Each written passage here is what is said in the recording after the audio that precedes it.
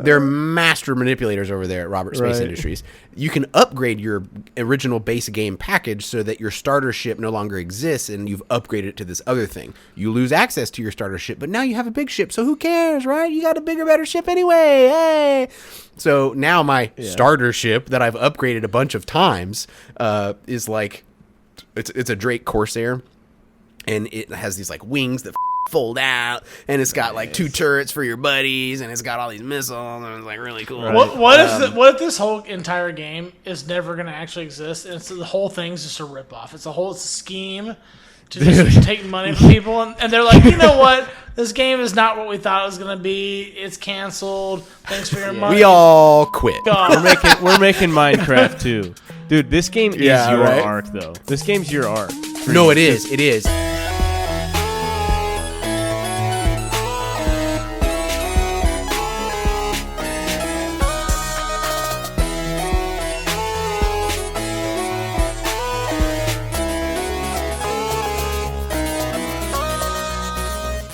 Hello and welcome back, I should say, to Grasstouchers, the show where the three of us pals talk about video games and other things that we like, that we are into, despite not having nearly enough time for said hobbies. I am Jake. I am Jared.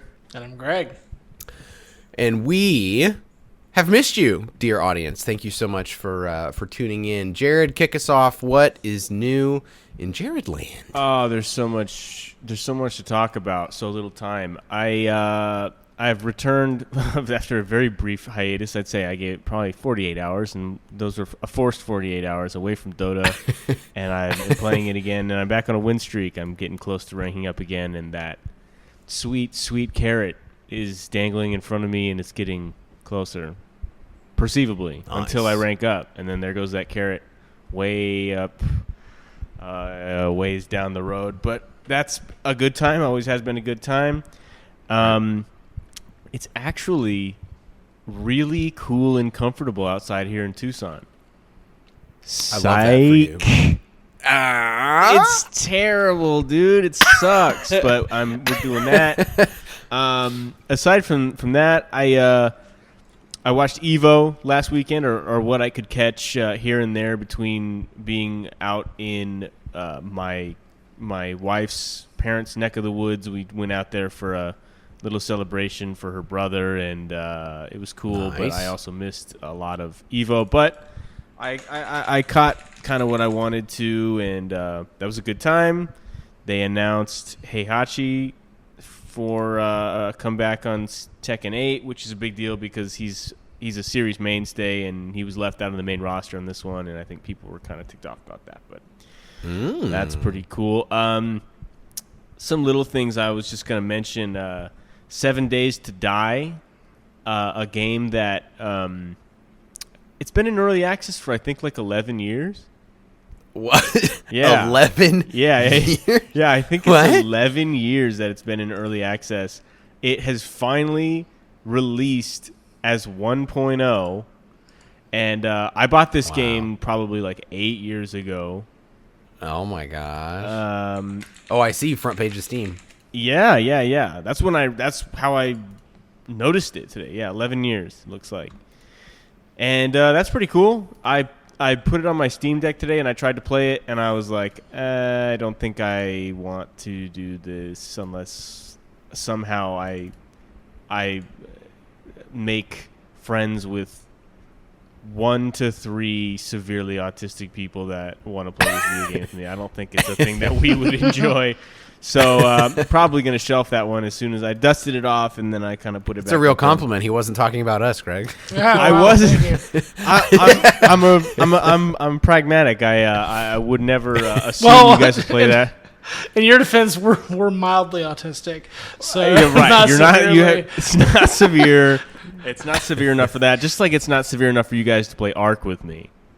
That is so correct. Yeah. Goodness gracious. Yeah. People don't have the stomach for Ark. For some reason, I just love that game, and I've been kind of dancing around that. I've been playing a little bit of Tekken. I've been playing Bloons Tower Defense 6 on my Steam Deck. I'm kind of all over the place, but oh my gosh, what a throwback! Bloons. It's a good time, dude. I got it for like $2 on sale in the summer sale. Right.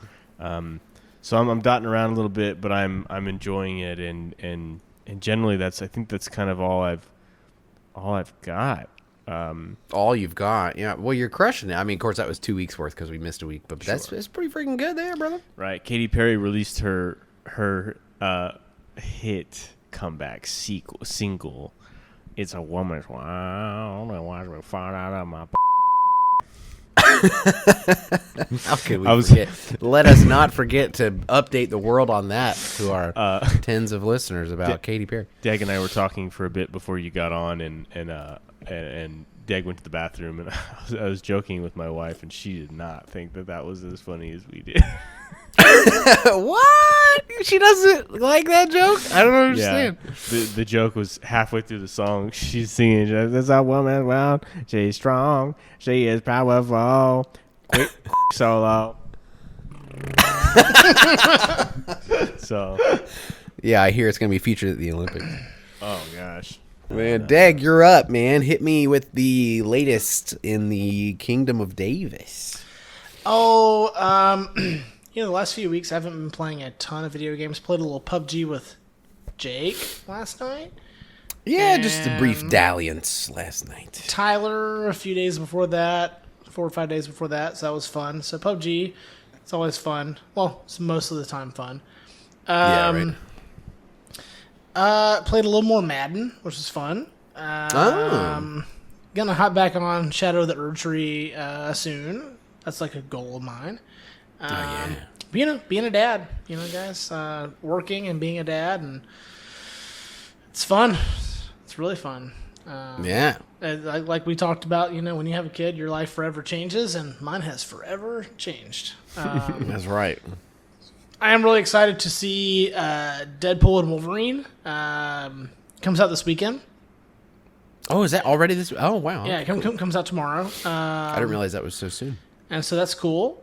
And later in the pod, I'll talk about, because I'd like to do a little mini segment on what I call the proverbial milking of major licenses, which we've talked about before, by the way, on this podcast. Oh yes, haven't we just? But I have further thoughts. So after Jake kind of does his thing, I'd like to talk about that. But what have you been up to, Jake?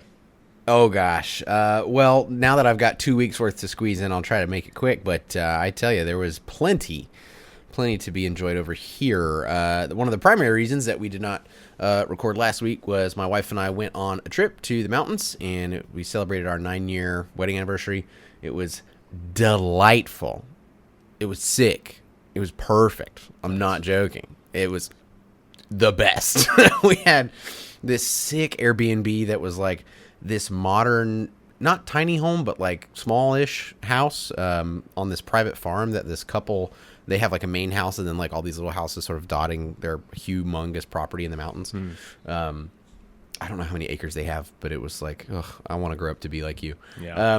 And so we had our own little spot, and you can't see any of the houses from each other. They didn't have any other guests besides us anyway for the weekend, or for the week. We got there on a Wednesday night and didn't leave until Saturday morning. So it was a nice long little trip to the mountains, and we saw one of our favorite bands, Nickel Creek.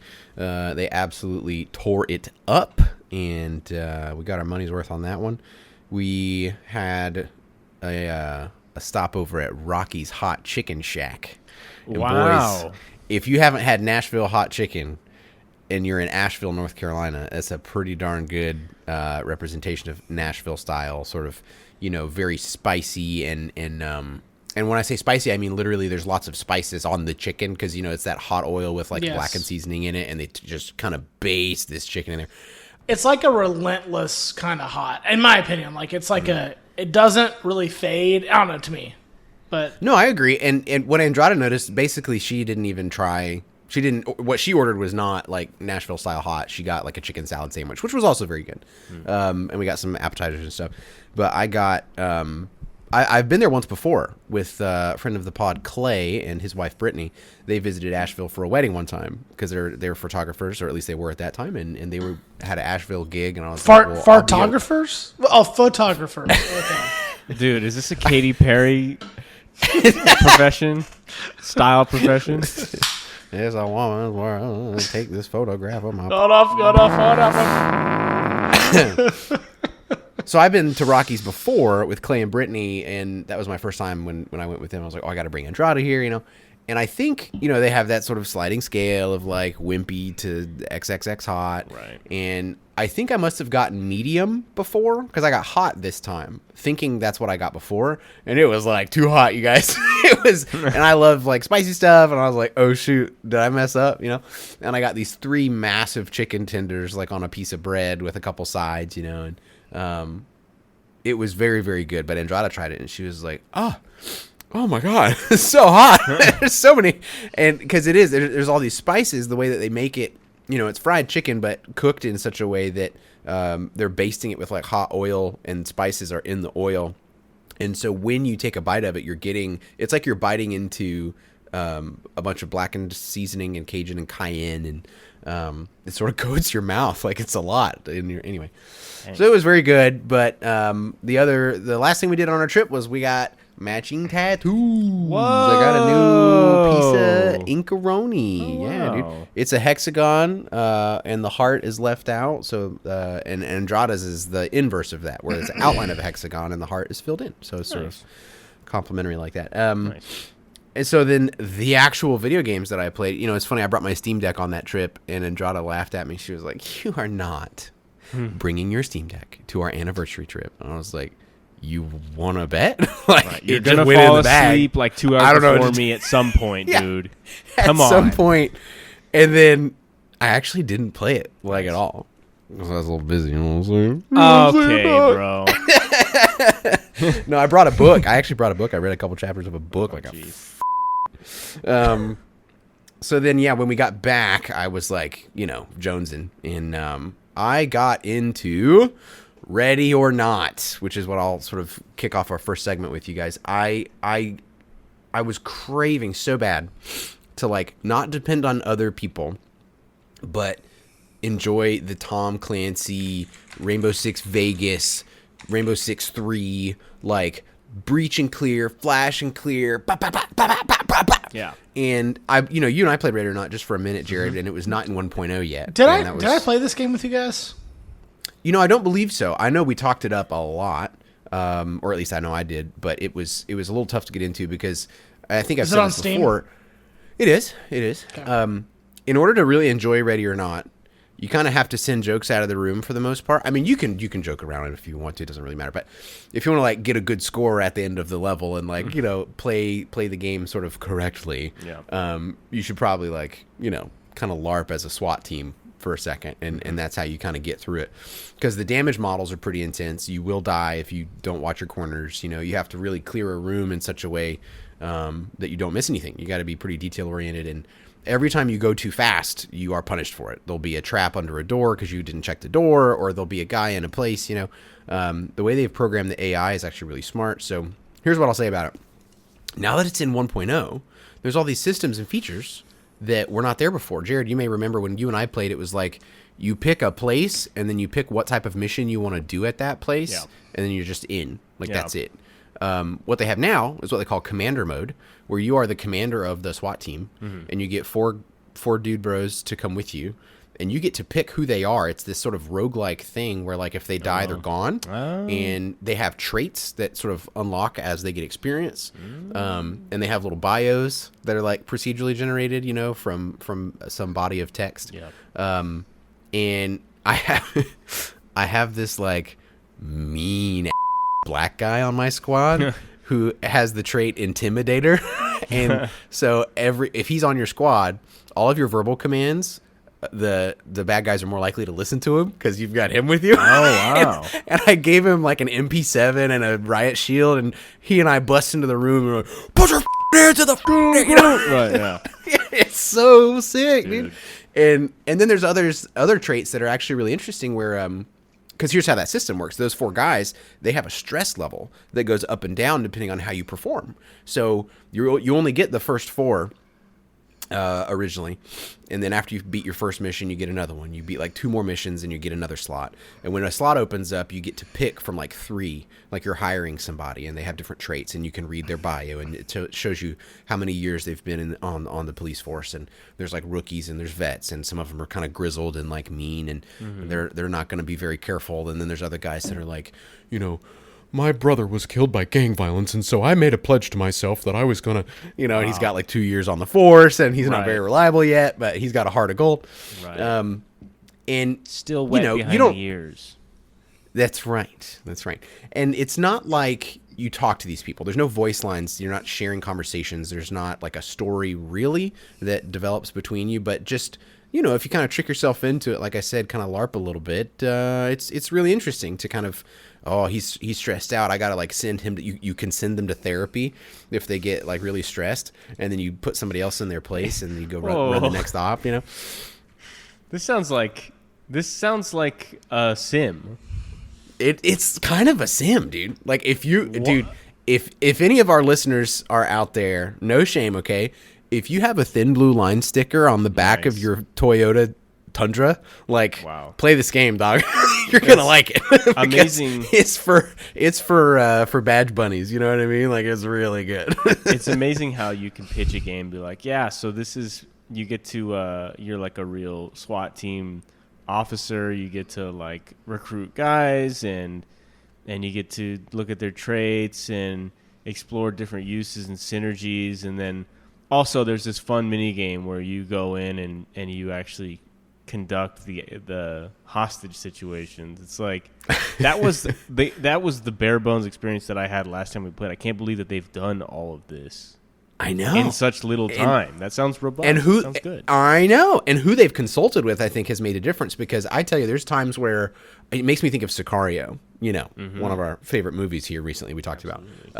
Because the other reason I wanted to bring up Ready or Not is because not only did it go 1.0 a little while ago, but they just released some DLC that includes like some cartel-centric missions that are really interesting. And I watched a playthrough of one of those, which honestly doesn't really spoil anything because it's procedural. It's not like, okay, let me run that mission back and the same guys are in the same places using the same strategies.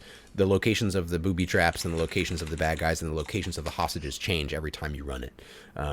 And that'll mess with your head after a while. You're like, wait, am I lost? Where? I thought there was. Oh, it's in a different room.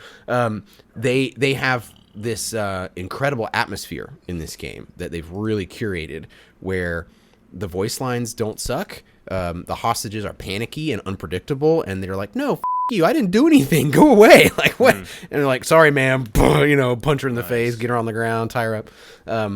It's also made me feel feelings, which I think is really interesting, whether it's a TV show or a movie or whatever. I love, opening up my cold, dead heart to ones and zeros so that I can feel feelings again.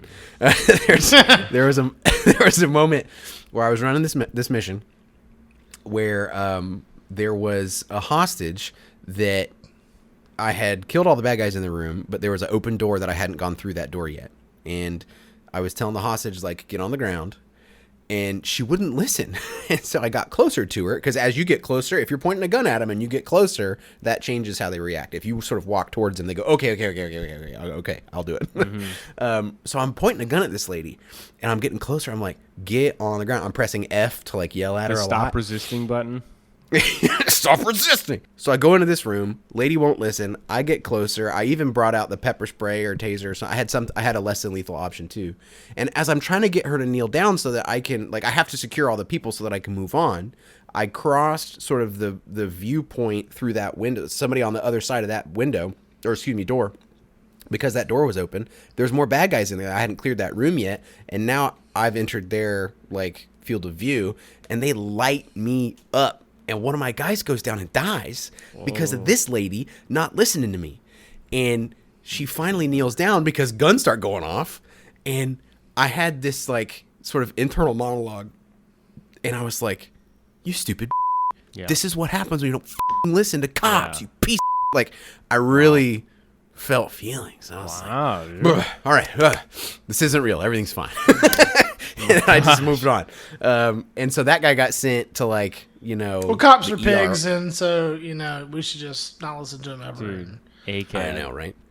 So here's the last thing I'll say about Ready or Not. Number one, play it. But I read a piece today on a website that will go unnamed that was a review of the DLC that had just come out. And in the DLC, one of the missions that was sort of critiqued by this reviewer was a very challenging mission where you have to go through like a high-rise apartment complex. So it's like multiple floors and lots of, ins and outs to trying to clear that area, where there's a bunch of homeless people that have like taken over the high-rise. And this is after a natural disaster. That's sort of the whole steez of the DLC, is that a natural disaster has occurred. There's a lot of flooding. There's home invasion happening. The cartels are running amok. And this high-rise has been taken over by all these homeless people. And so there's like 3 different missions with the DLC, and this homeless people basically running in there, kicking homeless people out of the high-rise. Yeah, running the amok. They are running the out of amok with you. And so you have to go in, and you can bring less. This is what they don't talk enough about in the article, I think. You can play the game however you want to play the game. And the only way, by the way, to get an S rank at the end of, the scoring of the mission is for no one to have died. Not bad guys, not good guys, not hostages. You got to make sure everybody is alive, and that's how you get a perfect score. I've done that one time on one of the maps. And you can bring like paintball guns that shoot pepper spray. You can bring actual pepper spray. You can bring tasers. Those pepper ball guns come in SMG and AR and shotgun, beanbag shotgun rounds. Like, you've got tons of less than lethal options if that's how you want to play the game. And it's really rewarding. It's just harder, So this guy or girl or they, them or somebody wrote this article about the Ready or Not DLC and said, this game is really misanthropic and it's very cynical. And, it reads pretty tone deaf that somebody would make a cop game and then a cop DLC, and that they would have, this mission where you're essentially, kicking out all of these unhoused individuals from this high rise. They're probably just doing unhoused. Unhoused, yeah. Well, it's like they have a house. They just can't have that house anymore. They're out. Like, I got to get them out. they had a house at one point. They don't have a house anymore. Yeah, I'm here to make that happen, actually. I'm actually making them unhoused, yeah. And I watched the playthrough of that DLC, and I didn't get that picture at all. In the DLC, if you watch somebody play it, there's all these homeless people, all these crackheads running around with knives, and some of them have guns. And even if you don't point a gun at them first, they shoot at you because that's the game. And it's also the real world.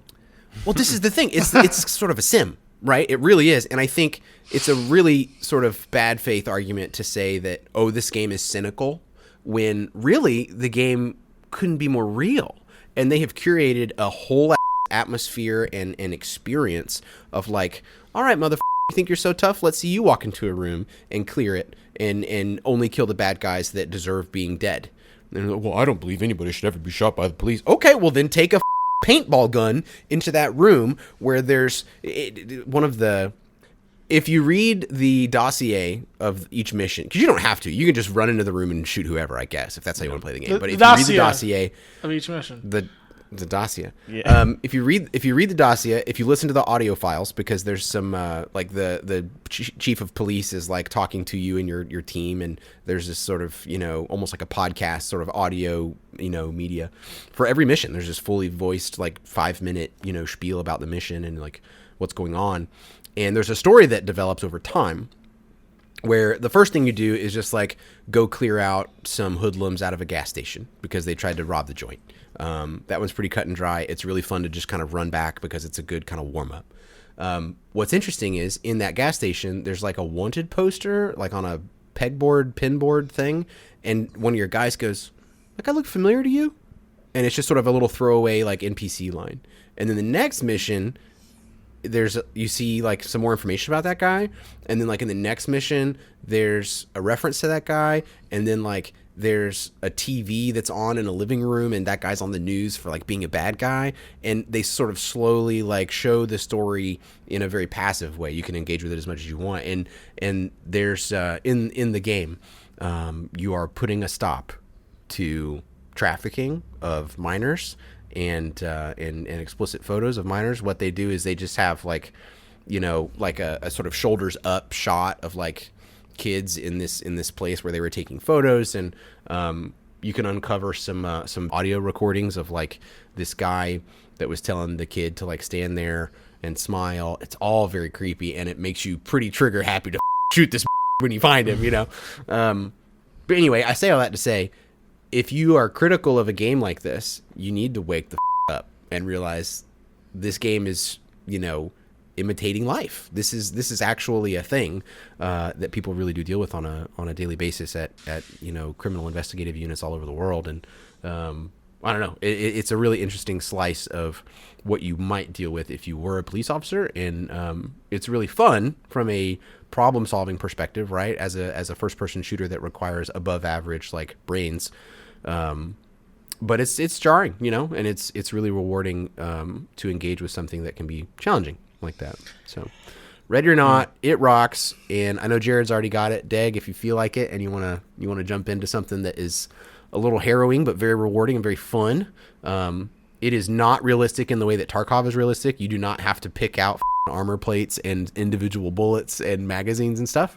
You pick a type of gun and you pick which kind of grenades you want to bring, how many flashbangs, how many explosive charges, how many whatever, and you jump into the mission and you go. How long does each cool. Play session last? Okay, so could we jump in and play in one? Not that there's rounds, but you know what I'm saying, like a mission. And right. So 30 minutes. So what's really rad is it's all about what you feel up for at the moment. When you play multiplayer, kind of like Helldivers. Honestly, it sounds like it. Yeah, for sure. When you play multiplayer, you have the interface that me and Jared dealt with, where you pick a location and you pick a type of mission. So you go, I want to go to the gas station and I want to do a barricaded suspects mission at the gas station. The gas station is pretty small. It'll take you, if you're super good at the game, it'll take you 2 minutes, and it's really wicked because you try to run through there as quickly as possible, as efficiently as possible. If you want to play something that's more challenging, one of the other maps that Jared and I played is a meth lab drug house where there's multiple buildings and there's tunnels that are under them, and clearing out those sort of room by room takes more time. So yeah, you could play, if you wanted a taste of Ready or Not, let's say, I don't know if you started downloading it a few minutes ago, you could play the gas station mission a couple of times to see what you think of the game in 10 minutes, 15 minutes, and see what you think. But anyway, it's choose your own adventure, especially in multiplayer. And then for single player, when you're doing commander mode, which is what I've been doing, you start with the gas station as your first mission, and as long as you complete all the objectives, you unlock the next one, and you unlock the next one, and you unlock the next one. And there's other little unlockables, like you unlock, wristwatches and sunglasses and different types of masks and different types of shirts and pants and vests and stuff. Just little cosmetic stuff. One thing I really like about the game is that all the weapons are available to you immediately. There's no I have to use a UMP-45 for 4 missions in a row because I don't have anything else. No, you have the UMP-45 already, along with a load of other guns. Unless it's the mode, the sim mode, where you have to lobby the government to get funding for the guns, and then eventually, after about 15 to 20 years of successfully running your SWAT team, you get to run for state senate. And then from there, it's actually the reason I'm not playing right now is I'm on a mandatory hiatus from the game, where the game pulls up a form letter that you have to email your congressman from the game, actually. Wow. And then that's amazing. The debt. Can I have a Bearcat, please? The cartel is running amok. Yeah. Sorry, it's very cool. Very, very cool. I have this in the notes, but I'll go over it very briefly. Speaking of Helldivers, which we mentioned a moment ago, major patch coming out for Helldivers. New enemy types, obviously new battle pass type stuff and gear, but they are making a lot of interesting changes to the game. I definitely encourage the reader to check that out. I'm not going to get into all the details, but suffice it to say, it will be a hell of a dive if you jump back into that game when that comes out in a couple weeks. They're doing just another difficulty level. You guys remember how we played level 3, maybe level 4? It goes all the way up to 9. Well, now they're making another one, so it goes all the way up to 10. And it's nutty. The density of enemies. They're just coming out with bigger, badder dudes. The bugs, they're gonna have tentacle bugs that come up out of the ground and these tentacles. Hentai. So hentai stuff, yeah. Yeah, good. That's good. Finally. Yeah, dude. Yeah, the final boss of every level is you actually getting devoured by an enemy. Oh, and that's so hot. You have to go in there and That's do when some work. that's you know what when I'm saying? Helldivers ends Deliver and some Dick freedom. Divers begin. That's right. That's right, dude. Yeah, Helldivers 2. I might have to check that out again, but we'll see when the patch comes out how well it's received. Dag, take us away into your segment, brother. Tell me more about what you want to get into. I know there's all kinds of franchise stuff we've said in the past, but let's clear out all the fog. Let's forget the Acolyte ever happened, which I'm sure we'll bring up, unfortunately.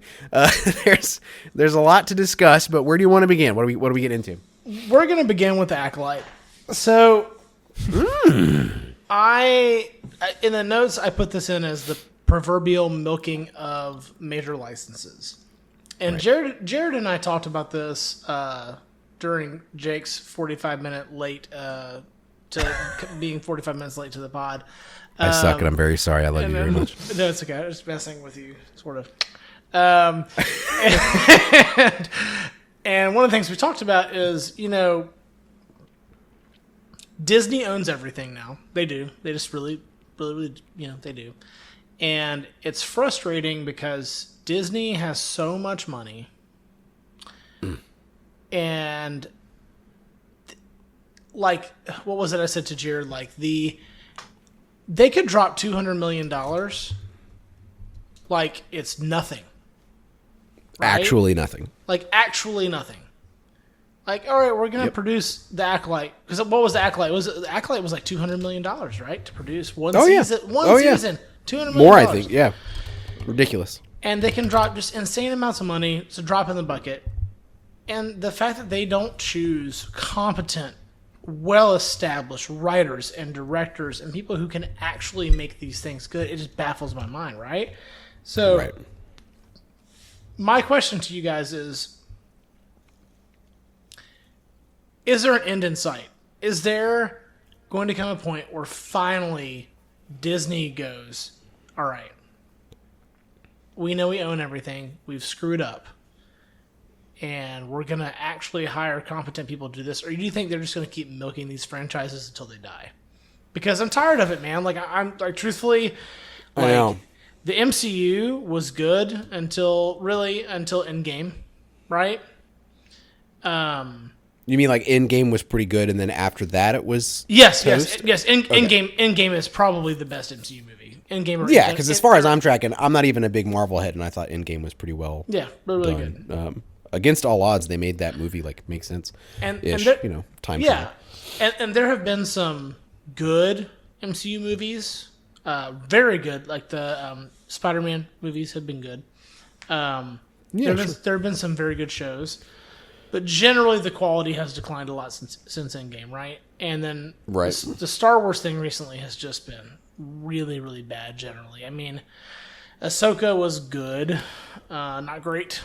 I fell asleep during that show so many times. I did not care for it. I have a lot of thoughts, especially on the Star Wars front. Jared, what do you make of all this kind of stuff? You got any new, fresh takes there for us? Well, I told Greg before the podcast that my wife and I we watched all the Marvel movies up to Endgame. That's right. Recently. So this is a great time to talk to you about this. Yeah. And he, Deg's right on. I mean, but you can see how the arc, how you can just watch these movies just slowly kind of go down after they hit that peak at Endgame, because it was an excellent movie. But to answer the question speculatively, I think it's only going to get worse. It's only going to get worse. It's it's the NBA 2K, Madden, NFL effect, FIFA effect, how these games continue to get worse, air quotes, theoretically get worse, but they just become more powerful. I mean, it's people, all you hear is a bunch of squeaky wheels, but at the end of the day, they're still making a ton of money off of these games. Iterative games that come out every single year. Yep. Because there's that silent majority of people that aren't being squeaky wheels, and they're gobbling up the game every year. Yeah, and they're wailing for the game. Right. Yeah. And it's only going to get worse because it's not enough people are going to cancel their Disney Plus subscriptions over that. No. And it sucks because it does suck. We touched on this a few, probably, I don't know, maybe it was a few weeks ago, maybe it was a few months ago, I don't know. about how like they could. We know they could, but it's not even that they purposely. I think that they go out of their way to make subpar quality things to saturate like a certain level of like a consumer. Yes. So that they can upsell a level above it. Right. Like there's definite like business tactics, and I don't know, man. That's one of the reasons why like I truly loathe Disney. I have like a serious vendetta against them. I don't ever want to go to Disneyland. I don't want to pay for their services. I don't want anything to do with any of them. Pixar, nothing. I think they're a horrible predatory company, and I think that they make anti-art. Sure. They throw gobs of money at already established franchises. They add nothing to the narratives. There's nothing. They're not generating anything organic. They just are. They're just churning this giant war machine for people's cash. And they really are. And, you have to remember, and you can probably speak to this even better than I can because you have, a fucking business degree. But there's, monetarily speaking, there's only one way that they make money, and it's for your monthly your monthly subscription. Right. Yeah, they might cut deals with like, certain production companies and people and whatever. But they're spending, when you think about our boy Shane Gillis or Stavros, right? They've made these Netflix comedy specials and been paid millions for them. Yeah. So Netflix takes your subscription and a bunch of other people's subscription and adds up millions of dollars, and they go, "Here, Stavros, make us something." Right. And then he makes it, and then, all the town listeners listen to it. And it's like, that was nothing to them. That was probably not a major smash hit on Netflix when it came out, but it's one of their many, many things they did, because they've got to throw everything at the wall to see what sticks. It doesn't matter if it sticks or not, though, because they got your money. If they have just an outrageous depth and breadth of content, then you go, well, I'm sure out of those thousands and thousands of selections, I'll like something that it suggests to me. Right. I guess I'll keep paying for it. Because what else am I going to do on a Friday night after I put the kids to bed and I want to hang out with my wife for a little bit? We're going to go through Amazon Prime, or we're going to go through Netflix, or we're going to watch some stupid rom-com. Yeah. What? What? Who said that? What? But so the fact that they have an outrageous just amount, it's a mountain of content that you can't possibly watch, so they have to offer a ridiculous amount of content for you to justify your subscription to them. So it's not about quality. It's not been about quality for a long time. Star Wars specifically, it died a long time ago. You could argue it died when The Phantom Menace came out. You know what I mean? Like, what is your definition of Star Wars? Because it's probably already dead. Like before Ahsoka, or before, the Book of Boba Fett, or before whatever. There's been shows that have come out that have been of a Star Wars flavor that I have not hated. I think The Mandalorian's pretty good. I'll defend that pretty much all day. I thought that was a well-run show. Not to mention all the audiovisual sort of pioneering it did. The soundstage and like the new way that they like film on a soundstage is really cool from a nerd perspective. And then Andor. I don't know if you watched Andor. Andor is a very good TV show. It is cinema. It's really good. I watched a video recently from Red Letter Media that was so like they've finally put into words the thing that I've been thinking, which is, things like Ahsoka or Obi-Wan or The Acolyte are these attempts at new material. Well, The Acolyte hasn't been objectively way worse than Ahsoka and Obi-Wan. It is. I think I can agree with that. Yeah. But what I'm saying is, in comparison to Andor, all three of those are like not as good, right? So if Andor's at the top, and I would argue it is, as far as like new Star Wars media, and everything else falls below that, there's a clear formula for Andor, you guys. Take some weird little part of Star Wars and expound on it in a new and interesting way. Tell a story that is vaguely familiar to us, but essentially brand new. And give it to somebody who knows what they're doing and has a vision and has a compelling, cinematography style and cares, about this thing. Don't give it to somebody because they are a certain flavor of human being. Don't give it to somebody so that you can have shirts that you give to Kathleen Kennedy that say the Force is female. Okay, because that was the thing that happened. There's a clear winning solution, but they're just not going to do that every time because they're a major corporation that panders to all this. So the thing about Andor that was so good was they took a specific subset of Star Wars. In the timeline, they took a specific subset, and like the culture of the Empire is what they expounded on. In the Empire, what did you do if you worked at a desk? If you worked a desk job at the Imperial Intelligence Agency, what did that life look like to you? Well, watch Andor and you'll find out. That's what it looks like. They were like, hey, here's a prison where people that are captured by the Empire go slave away making AT-AT parts, and here's what it's like to develop a sense of camaraderie in that room with those people. There's like 2 or 3 episodes worth of that arc, being a prisoner in an Imperial, prison planet. Really building satellite or building firing radars for the Death Star. Like literally, that's what it was. That's what it was. That's literally what they're doing. I threw in. It's crazy. Yeah, I threw in AT-AT parts because I couldn't remember. Thank you for being an even bigger nerd than I am. So I think the formula is you got to have somebody that gives a shit, that knows the material and that has a vision for the new parts of the material, and not be afraid to zero in on something really specific. The problem with the Acolyte is they are kind of just leaning on like Jedi porn, but it's not great Jedi porn. It's like very substandard. You know what I mean? And I've seen Jedi porn, and it's got the occasional lightsaber fight, right? And it's got the occasional really awesome moment. And they clearly paid certain people in the cast a lot more money than others because some of them are really worth it and some of them are really not. Yeah. Old boy from Squid Game, the Korean actor, incredible in that show. I really he carried the whole thing for me. Yeah, not a fan of what they did with him at the end of the.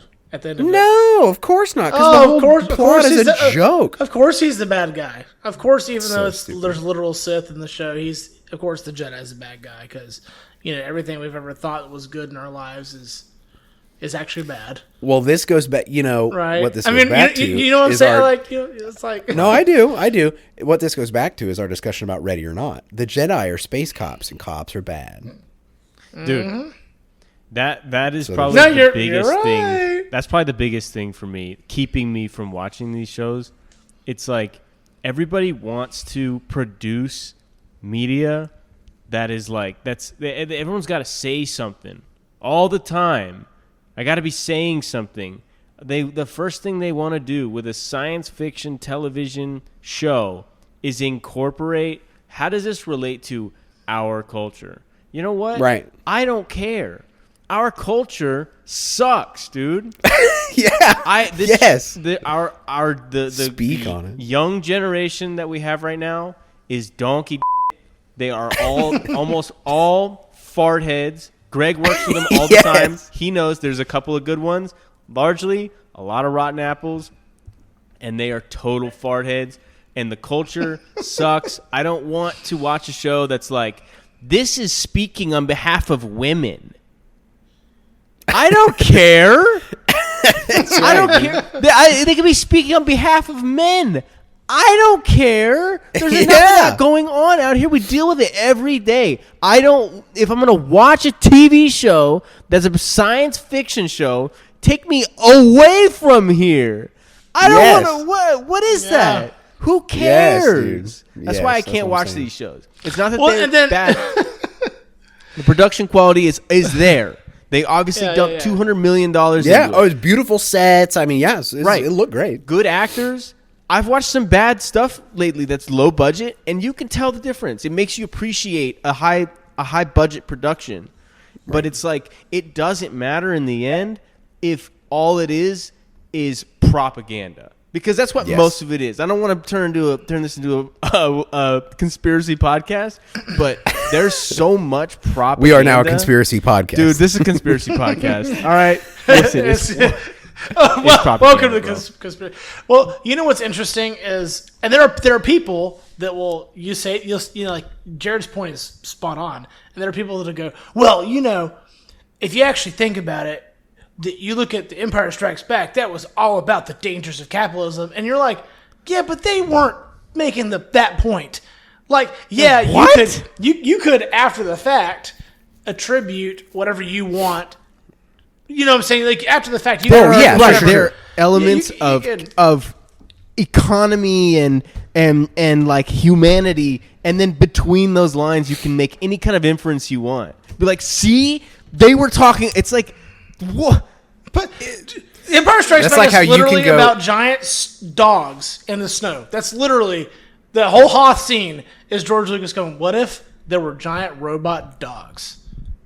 Right, In the snow, and you could like fly a spaceship dude. around with like a cable and like trip the dogs, and like the dogs fall over. Right. That's the whole first half. That's of the like how movie. you can go to polygon.com right now and find articles about my queer reading of The Legend of Zelda Breath of the Wild. Here's my headcanon for why Link is actually a cute little twink that is in love with that tranny from the and it's like, shut the same your face. the same guy who's working at 7-Eleven, who's going up to Harrison Ford and being like, did you shoot first or did Greedo shoot? You know that video? He's like, I don't care. The same guy that's working the 7-Eleven. Han Solo, never heard of him. He's just the guy who instead of working at 7-Eleven got his master's. They're the same level of human turd that walks this earth that goes, Yeah, dude. See, it's can't you see the undertones of capitalist evil? It's like, this is just a smarter version of Han shot first. You're just a retard Yeah. taking something that's fun too seriously and making it gay. Kill yourself. I know. You got to take your headcanon sort of cute little ideas like offline, dude. Like you can think that all you want. That's fine. I don't really care. But to assert, this is what gets me, asserting it as like, this is a valid reading of this art. Like I'm allowed to say that this might be what they meant. Or I think J.J. Abrams is secretly gay because I watched, Finn and Poe really hit it off. And I think, off camera, they were probably boning down. And it's like, no, dude. Yeah. Not really. No. Shut up. Was that in the script? I don't think that was in the script at all. You're an idiot. If you wanna go write some article for polygon.com, you feel free. But I'm pretty sure that's not it. And you know what? That's not it. You strip it away, and all that we're left with is Katy Perry's 68th on the Billboard charts flop turd. I'm a woman. This is a woman. Well, now watch me fall out of my. That's all I we're can tell left you're with. making eyes at your wife right now. You wanted her to hear that so bad. And guys, we're not gonna be able to use. We're not gonna be able to use any of this episode. It's not as bad as the other week. It's not as bad. It's so much better. It's totally fine. You know what I mean. Oh man. Well, yeah, Greg, to sort of summarize and answer your question, a lot of things are dead and have been dead, and Star Wars is one of them. But there by the grace of God go I, right? I occasionally am still going to watch the new thing. And there were occasionally parts there'll be of an the Acolyte that were Andor, good.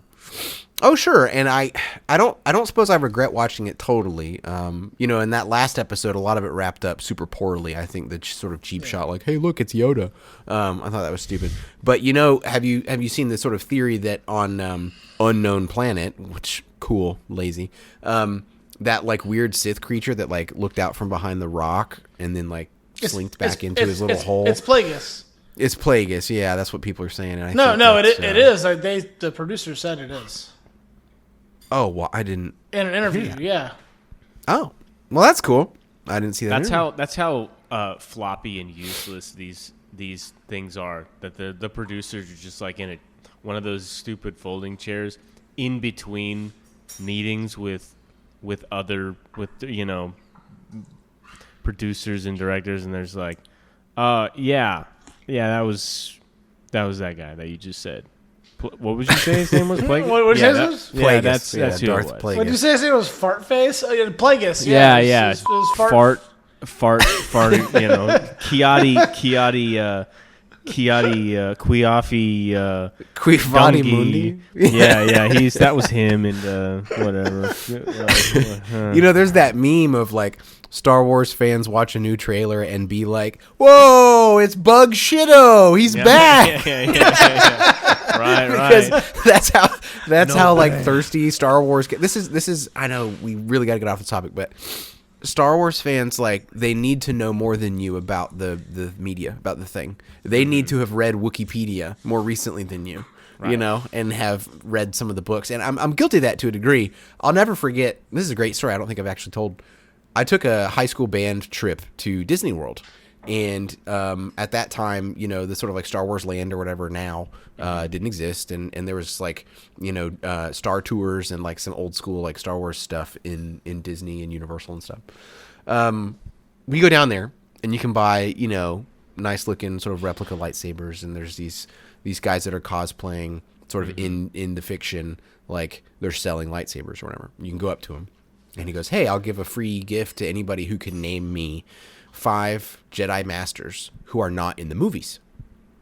And I was like, cracking your knuckles, here we go. And let's go, Right. And I said one, and he was like, "Nope, that one was in episode 3." And I was like, "Oh, he's right, just barely. The camera barely caught him." So then I was trying to think in like Knights of the Old Republic or some of the books I had read, and it would have been so easy. But like I froze, and this guy had like a ponytail and like a beard, and he was like he was a Star Wars fan, right? And my friends wouldn't because I had a Star Wars belt buckle.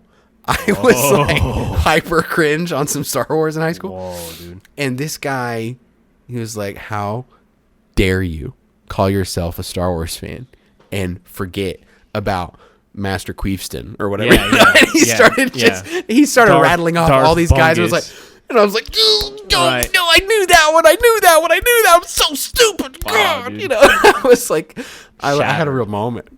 Wow. And so my whole identity of being a Star Wars fan was shattered. And from that moment forward, I was like, I might need to take this a little less seriously. Dude, I think he saved your life. Yeah. I think he did.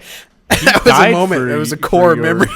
He took that Star Wars bullet for you. He is the Star Wars sacrificial lamb, dude. That's right. Where he was a real mess. He knows everything about it, and then you don't have to, and you also get to enjoy other parts of life, like, having children and the things that. That go in stride with having children. You know what I mean? Wait, that's right. Something tells me that guy to this day does not have any children. But. He probably doesn't have any children. Yeah. So that's that. And if he does, they're named Darth Bungus. Everyone, this is my firstborn son, Obi. Stop. Obi. No, don't do this. Yeah. This is my daughter. Her name is Juan. Yeah. Like, Juan? Qui-Gon, get off the slide. Give somebody else a turn.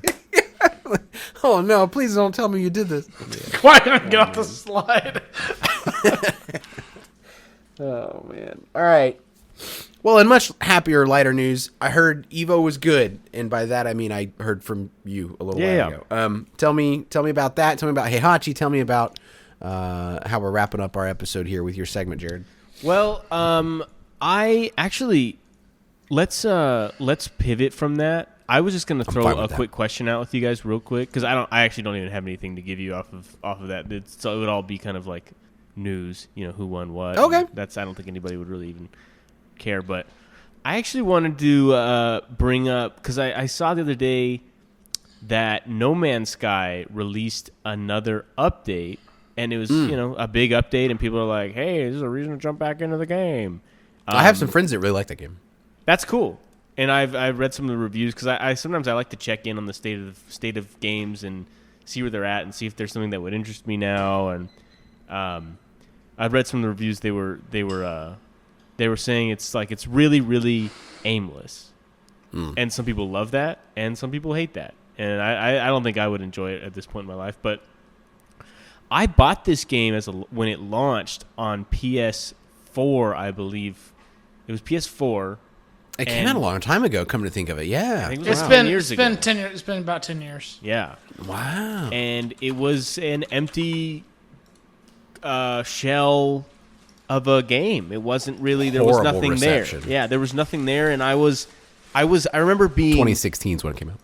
I remember being immediately disappointed on a game that I was really stoked to play. I was really excited about it, and what that goofy dude was selling it. No one will remember or forget that guy's face talking about how we've got 62 million billion planets and every single one's different and it's the greatest game that's ever been made. It's that Peter Molyneux somehow hatched an egg and that guy came out and promised a bunch of things that couldn't be delivered on. But 100%. I think it's interesting that they've actually ended up delivering on this game all these years later. Respect to them. But is there a game in your mind that might be the pinnacle of that example? But like, are there games in your guys' minds that like, did they ever come around and become something to you that maybe the promises where they were undelivered originally, they ultimately? You talking about a game that was bad at launch that got better? Bad at launch, or at any point, if it went down and then it came back up around and became what you either knew it to be or wanted it to be. Go ahead, Greg. If you got one, I'm gonna sort of browse through my Steam library to see. I guess No Man's Sky is the best example. I've actually never played it, but that's people hold that as a gold standard of poorly received at launch because of failed and broken promises, right? And now it's pretty well regarded as a really great game, and they've like come through on all the promises they originally made, right? Yeah. Honestly, you know what I can think of? I can't think of one. Sorry. Yeah, you go, Jake. On Xbox One, I got into Destiny with Clay at one time, and that was a game that when it first launched, I was like, "What else you got, bro? What do I just run around and shoot stuff and get new guns constantly? Like, ugh." Right. I get attached to this one gun, then it lasts me about an hour, and I find something better than that. Like what's the point?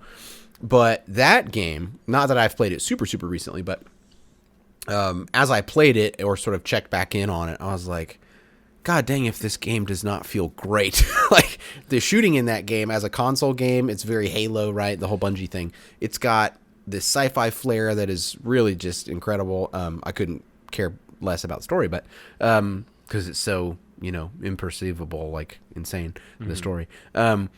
That's an interesting one in terms of like the raids that they developed and the changes in balancing. At one point, I was listening to a podcast that was going through the most recent change in the last, what is supposed to be the last patch, I think, of Destiny 2. They just like no holds barred kind of threw some stuff at the wall as far as the class system, and they let you fuse the different classes together in a really interesting way. And I hear the late sort of life cycle of Destiny 2 has actually been really incredible, and in some ways its peak. When I played it, it was maybe halfway through its sort of whole arc, and it was really very good. I had like played it for a while, got bored very fast, dropped it, and then come back, and I was like, wait, this game's like way better now. Another game that I think of in terms of like, will it ever deliver, is my old flame Star Citizen. I have high hopes that maybe 40 years from now, it will release 1.0 and be good as a game. I haven't booted it in a long time. I check in on it, I don't know, once a year, I guess. I was like, oh yeah, Star Citizen. It's getting there in the sense that if you wanted to climb up Machu Picchu, you do it one step at a time. You know what I mean? Like, I'm getting there. Like, it's going to take forever. But so that was one that, it's not that it's arrived yet, but maybe one day it will. And if it does, it'll be like the most insane thing ever. Yeah. But how long will it take for them to deliver on all those things? I have no idea. Right. I think there's been... I'm looking through the rest of my...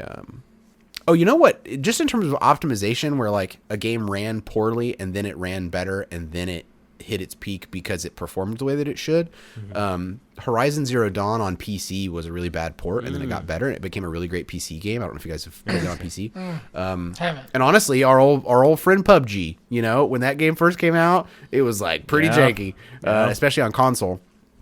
But you know, now it's taken over an entire continent, namely Asia. You don't. So that's say. one that's had quite the comeback story. Yeah.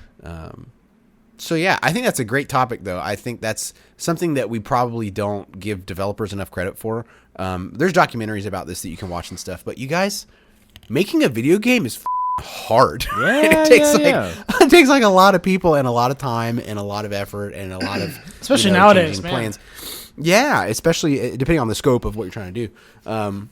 There's the occasional, you know, one guy made one game and it's an incredible game, and you know, big game developers hate him. This one weird trick lets you develop a game in 60 days. Simple trick.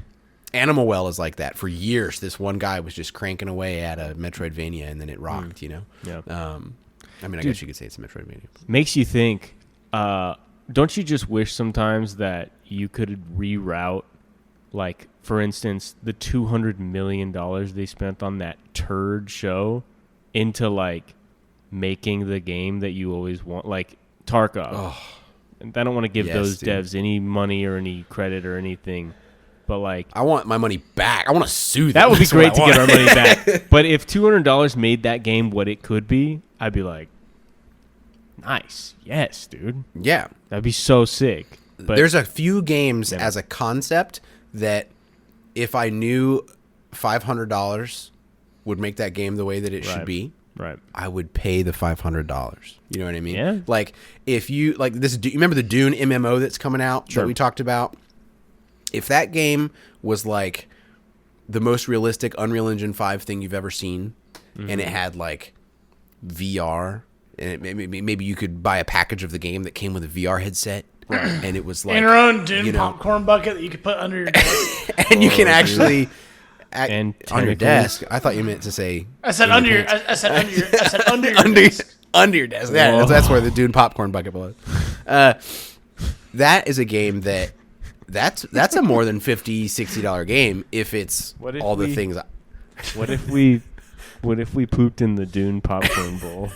The meme with the little fingers. What if we touch tips in the Dune 2 What? popcorn bucket? Yeah, Star Citizen. I'm gonna do something really embarrassing, you guys. I'm gonna pull up my Star Citizen account Do and it. discover how much money I've spent on this game in my time with it. Let's see here. Dang, when are we gonna get on Ark together and make our and tame dinosaurs and make them have sex with each other? That's what I want to do. Dude, literally never. Come on, man. Come yourself, on, dude. bro. I totally didn't buy Ready or Not. What the heck? That sounds like Hey, you remember- did. I can, bought it. I bought it just oh, now, yeah. and it's already installed. Oh yes. You gonna give me a little quick clearing of some hoodlums out of a gas station? I was thinking maybe we could play something real quick because I gotta go to bed Yes. relatively soon because Okay, I got let's do that. last day of summer band camp tomorrow. So Yeah, I got you. So when I pull up my hangar on Star Citizen, and I look at my I got a hanger for log, you're a I hanger. think I go. I have some store credit for some reason. I'm not sure why. Okay, I have spent on Star Citizen over like let's see, 4 years almost. Hold on. Let's guess. Okay, Jared. I think you've spent $475. Okay, Greg. $732. I'm happy to report you're both over. Okay. It's $394.50. Still. Because when I first bought the game, I got like a $60 package. And then over time, I spent like $35, and then like I got a raise, and then I spent like $100, and then I was like, "Ooh, new ship dropped. Ooh, $45. Yes, please." Because they're master manipulators over there at Robert Space Right. Industries.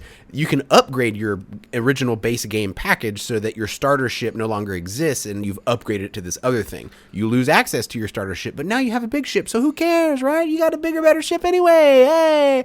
So now my starter ship that I've upgraded a bunch of times is like, it's a Drake Corsair, and it has these like wings that fold out, and it's got like 2 turrets for your buddies, and it's got all these missiles, and it's like really cool. Right. What if this whole entire game is never going to actually exist, and the whole thing's just a ripoff? It's a scheme to just take money from people, and they're like, you know what? This game is not what we thought it was going to be. It's canceled. Thanks for your money. We all quit. We're making Minecraft too. Dude, this game is your arc, though. This game's your arc. No, it is. It is. Yeah. If you have, and I do, listener, I do not recommend you get into Star Citizen. I really don't. If you have any bill that you've ever had to like pay, just like don't, because if you're a space enjoyer and you like the game, it could very quickly go downhill for you, and you will have a problem on your hands. If you are on the fence about this game, just don't, because you're probably going to be disappointed and you're going to stop listening to our podcast and hate my guts. If you're like me, and three or 4 years ago you got turned on to the game, and it was a little sort of flirtatious moment with the game for a week during the free week, and then it reeled you in, then you're just already in. I'm already in for $400, so like I'm gonna keep following the game. But it's literally not worth playing right now. It's still in alpha, and it's been in development for I don't know how long, and they're coming up on, I think, $700 million they've taken in over time. It's like, wow. I do think it will come out one day. I really do, because they've done a lot of work. They built the game from scratch. Scam, Jake. I know it does. Yes, I mean, really. But they've also been really transparent with the amount of work that they've put into it, and I think they have done enough work that they don't want to see it never come out.